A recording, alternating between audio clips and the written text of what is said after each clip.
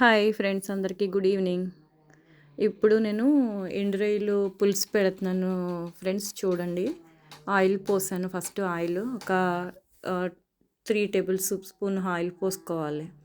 Oil పోసిన తర్వాత శుభ్రంగా కడిగేసుకోవాలి ఎండు చేపలని కడిగేసుకుని ఆయిల్లో వేసేసి ఆయిల్లో ఫ్రై చేసుకోవాలన్నమాట.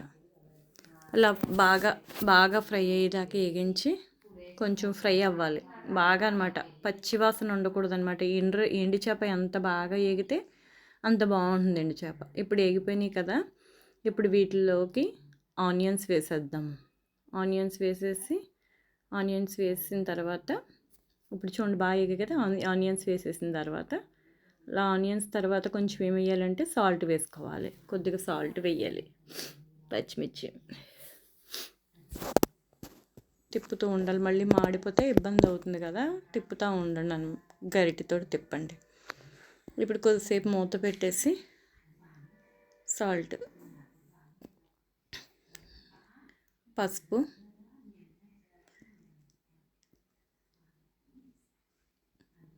కొంచెం కలిపి మళ్ళీ కలుపుకుని ఇప్పుడు మళ్ళీ మూత పెట్టాలి.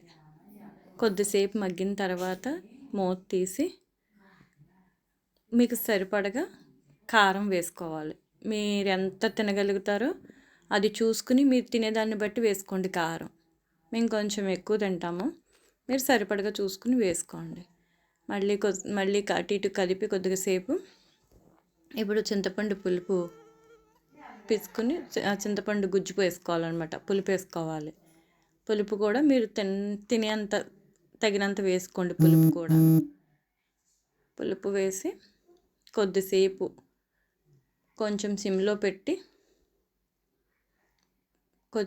పెట్టుకొని పులుసు ఎగిరే వరకు ఉంచుకొని పులుసు కొంచెం దగ్గరికి అయిన తర్వాత దింపేసుకోవడం అనమాట.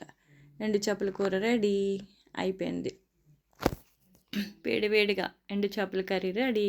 ఎలా ఉందో టేస్ట్ చేసి చెప్పండి ఫ్రెండ్స్. ప్లీజ్ నా ఛానల్ని ఇప్పటివరకు ఎవరైనా సబ్స్క్రైబ్ చేసుకోకపోతే సబ్స్క్రైబ్ చేయండి. ప్లీజ్ లైక్ చేయండి, వీడియోని షేర్ చేయండి, మీ ఫ్యామిలీ అండ్ ఫ్రెండ్స్ అందరికీ కూడా షేర్ చేయండి.